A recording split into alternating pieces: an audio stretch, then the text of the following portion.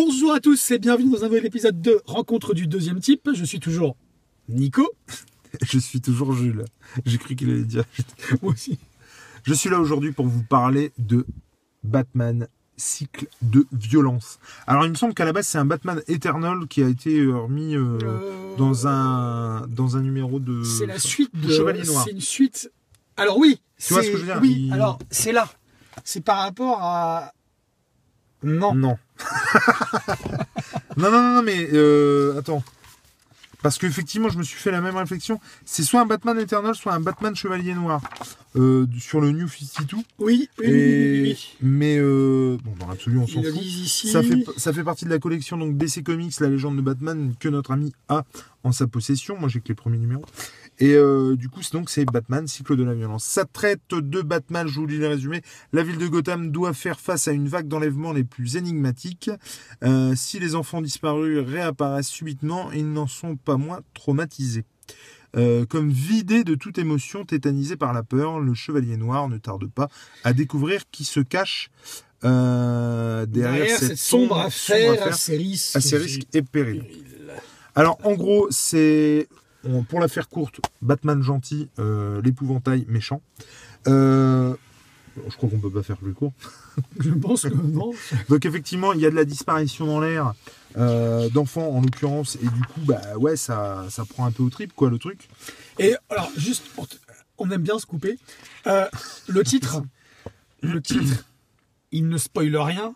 Mais il porte vraiment bien son nom, vraiment. Là, c'est pas à mettre entre toutes les mains en termes d'âge. Il faudra mettre un macaron interdit au moins de 12 ans. Ça pourrait faire partie du Black Label. Tu vois, totalement. Il pourrait faire partie. Parce que rien que la couverture. Tu vois, le Black Label, en l'occurrence, il y a Batman White Knight, qui est donc de Sean Murphy, qui est aux antipodes de ça en termes de violence. Là, vraiment, on y a là, en fait, la violence, elle est présente à toutes les pages, quasiment, vraiment. Et puis, un côté, enfin, moi je me sentais pas hyper bien. Ben, moi je me sentais comme dans Seven, le film mais complètement, avec Morgan Freeman et. Déjà, il y a une atmosphère poisseuse, machin. Totalement, l'épouvantail est très torturé, crasseux. Physiquement, il est filiforme. T'as toujours, enfin, je sais pas toi, mais t'as toujours peur que ça aille encore plus loin. C'est ça, exactement. Que ce soit pire et que ça tombe encore pire dans le glauque. Enfin, exactement. Tu vois. Quand tu vois l'enfant qui est là, tu te dis, oula, qu'est-ce qu'il va lui faire? Bah, c'est clair. Enfin, franchement. La pauvre Minette et tout. Enfin, tu te dis. C'est chaud, quoi. C'est très, très, très violent. Mais c'est pas de la violence. C'est de la violence psychologique. Très psychologique, Très psychologique. Et même, tu disais, on le ressent quand on le lit. Mais complètement. Alors, et ce qui est vachement bien, du coup, parce qu'en gros, on part sur. Disons, ce serait placé sous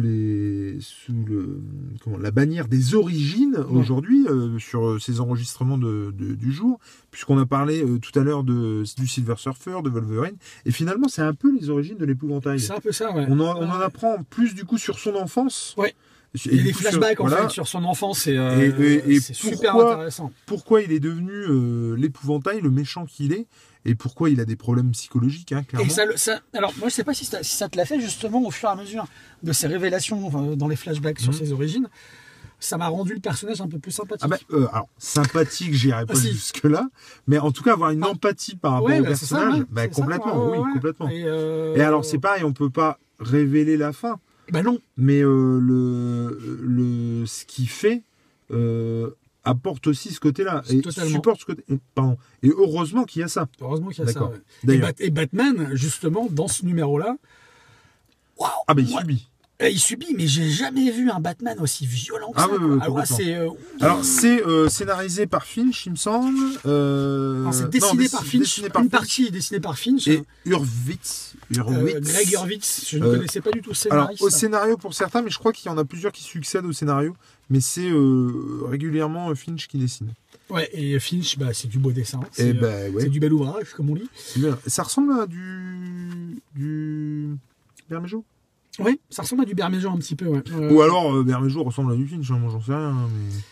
Mais et du coup, il y a un côté, comme je le disais, il y a un côté crade, un côté torturé, enfin, il y a donc enlèvement d'enfants, Là, c'est un enfant qui est retrouvé, Batman discute avec, essaie de lui tirer un peu les verres du nez, de savoir ce qui s'est passé. Elle est droguée par le... Ouais, ils sont vidés de toute émotion. C'est ce qu'on disait tout à l'heure. Et oui, il y a quelque chose, regarde.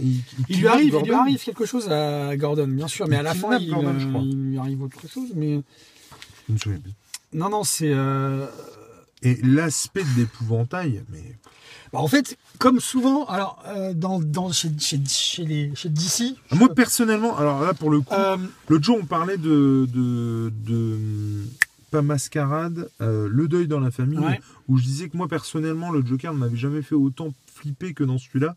Et ben là, l'épouvantail, clairement, si pour certains l'épouvantail est considéré comme un méchant de seconde zone, et ben celui-là.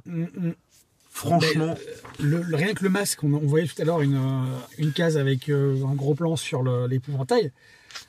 Son masque qui se confond avec son visage, c'est-à-dire qu'on a des émotions qui traversent le masque en fait, qui sont comme si le masque était vraiment collé à sa peau. Là, on voit ici, on le voit ici, c'est des yeux injectés de sang. C'est une deuxième peau, quoi. C'est une deuxième peau, son masque, les yeux injectés de sang, enfin c'est tout simplement, c'est beau en plus. Je trouve que c'est beau, les dessins sont magnifiques. Non, mais c'est clair. Et puis, non, mais attends, Batman, il est quand même bien coincé, quoi. Cher, quoi, Batman. Je disais qu'il était violent, mais il y a un moment avant que. Il y a beaucoup de temps avant que Batman se sorte des griffes. Ouais, voilà.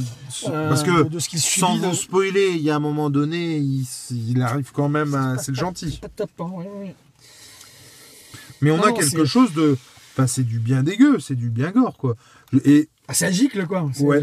Mais moi, vraiment, c'est vraiment ça que j'aurais à dire là-dessus, c'est-à-dire que tous ceux qui pensent que, et on en parlait une fois, j'aimerais bien qu'il fasse quelque chose avec le pingouin.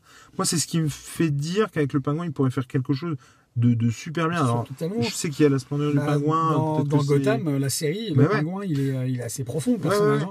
Mais là, pour le coup, l'épouvantail, franchement, pour moi, c'était un méchant de seconde zone, quoi.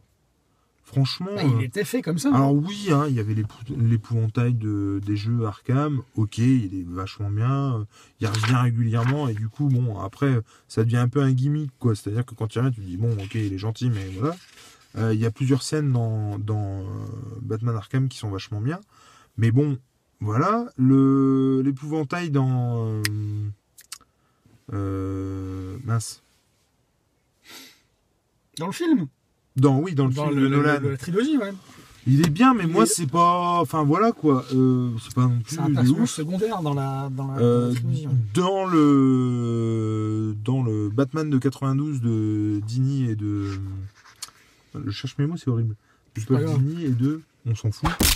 L'autre. Et l'autre dans la série animée. Mais oui. Paul Dini et... Non, mais c'est horrible. Bon, bref, l'autre...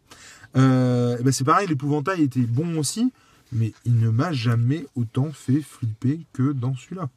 Là, vraiment, tout est hard, tout est glauque. Enfin, c'est un peu, c'est horrible, quoi. Enfin, même à Clo. Non, mais je veux dire, là, c'est clochard plus. Quoi. Oui, t'as pas envie de lui... T'as pas envie. Avec toute... alors en plus, justement, c'est, si je ne m'abuse, qui est potentiellement le tueur des parents de Batman.